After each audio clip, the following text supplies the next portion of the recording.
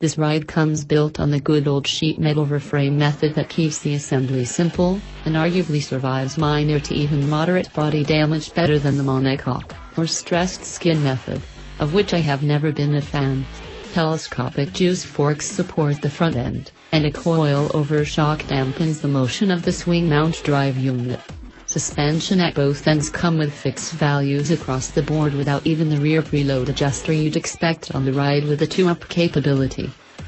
Tiny, 10-inch cast rims mount the 90/90 hoops, and although the roundies are symmetrical, the brakes aren't. A hydraulic disc brake setup slows the front wheel, but the rear wheel gets the still typical drum in back. Really not surprising given the small wheels and KYMCO's need to keep production costs down to protect the holy bottom line and keep MSRP low. The factory doesn't publish the rake and trail, but I can tell you that the Compagno is a little wobbly at low speed and doesn't track well in a crosswind, but that shouldn't be a revelation given the compact nature of the wheelbase. In other words, handling is exactly what you'd expect.